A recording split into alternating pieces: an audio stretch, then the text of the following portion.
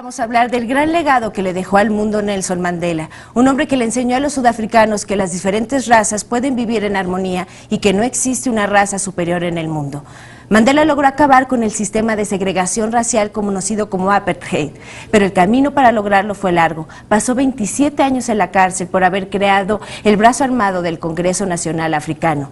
Ya estando en la cárcel, entendió que solo mediante la negociación y una estrategia pacífica podría liberar a la población de color de la situación de sometimiento en la que estaba y demostrar a los blancos que todos deben tener los mismos derechos.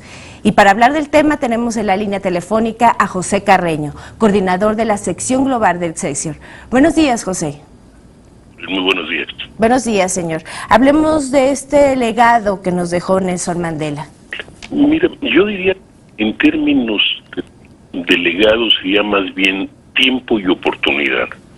Mandela entendió efectivamente que la relación entre razas debería cambiar y que esa relación no implicaba el término de venganza o de revanchas por parte de la mayoría negra una vez en el poder, y de eso a su vez le da oportunidad a la mayoría negra para llegar a otras alturas. Y esto es, por un lado, los técnicos, los capitalistas, los banqueros, las personas que ocupaban los mayores puestos en África del Sur no salieron del país, y entonces África del Sur es hoy por hoy la principal economía de la...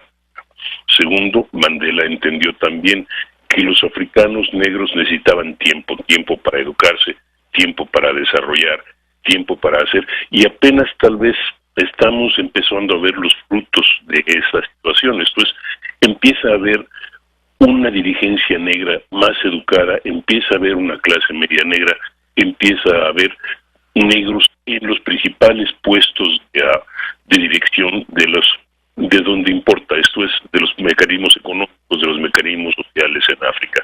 Empieza a haber una generación que ya no ve la raza como definitoria. No es un milagro, no fue una cuestión de simplemente de varita mágica y decreto, sino ha sido un trabajo de muchos años. Y quizás uno de los puntos más importantes de Mandela es que no se perpetuó en el poder.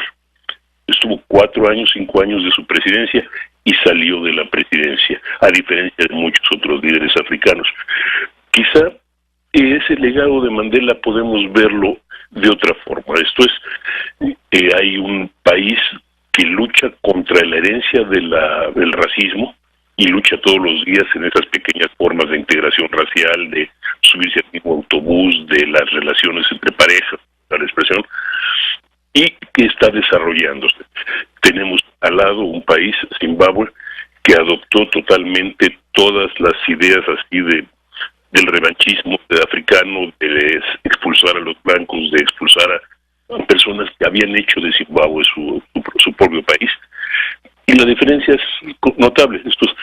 Hay más de 500,000 de refugiados económicos y políticos de Zimbabue en África del Sur. El presidente de Zimbabue lleva 25 años en el poder y se ha enriquecido. En África del Sur, Mandela deja un relativamente pequeño legado económico a su propia familia, que están peleando por quién tiene el derecho de logo, Mandela en el restaurante o en la ropa, o etcétera. Pero deja un país con esperanzas, un país que a diferencia de Zimbabue no tiene ninguna esperanza. Importante lo que dices, dejar un país, y bueno, que es quizá el país más importante en África, ¿no? ¿Qué país, qué economía está dejando Mandela? Mandela, pues ya no es tanto la economía de Mandela, pero estamos hablando de una economía del país. El país como tal es sin duda el país con el mayor Producto Nacional Bruto de África, un país probablemente que está cerca del 800,000 millones de dólares de Producto Nacional Bruto, todavía muy lejos o relativamente lejos incluso de países como México, pero un país que está creciendo a 2, 3 y 4% anual en los últimos 15 años, un país donde hay un importante recurso natural, hay por ejemplo diamantes, oro, hay algo de petróleo, es exportador de productos agrícolas, y sus principales mercados no están ni siquiera en África, están en Europa, están en Asia. Señor, ¿podríamos encontrar en México algún auténtico y desinteresado modernizador de la política o luchador de la desigualdad social? Yo diría que es muy difícil encontrar a alguien como Mandela, no por otra razón, sino porque se le ha santificado literalmente, ¿no? Yo creo que podríamos sumar varios héroes mexicanos, varios próceres mexicanos de diversas zonas, de diversos campos de actividad para poder sumar la figura que se le ha dado ahora a Mandela.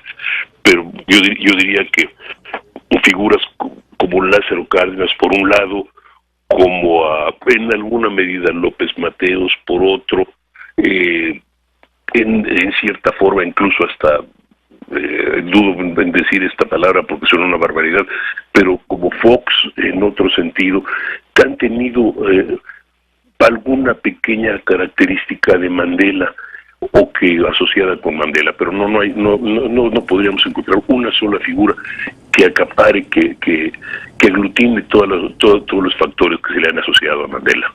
Señor, quizá también preguntarle, el líder de Estados Unidos, Barack Obama, dijo muy fielmente que él era un seguidor de la política de Mandela, bueno, pues fue el primer presidente de color en Estados Unidos y demás. También, ¿qué otro, a nivel mundial, qué otro legado podría haber dejado este Premio Nobel de la Paz?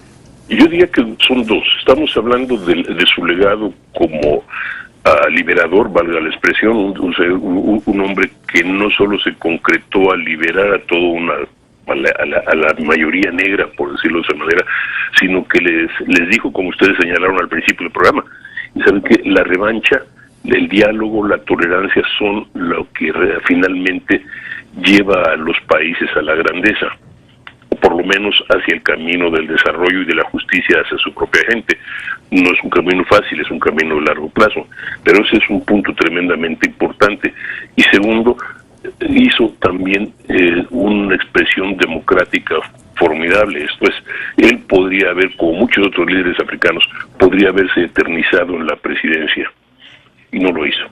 Es decir, asumió las formas democráticas, asumió la decisión democrática y después de su periodo no buscó prolongarse. Yo creo que en una forma un poco retorcida el abucheo contra el presidente Jacobo Zuma es un homenaje a Mandela. Esto es Mandela, las masas en África del Sur, blancas y negras y asiáticas, se sienten libres para criticar abiertamente a su liderazgo sin temor a represalia. Eso creo que es importante.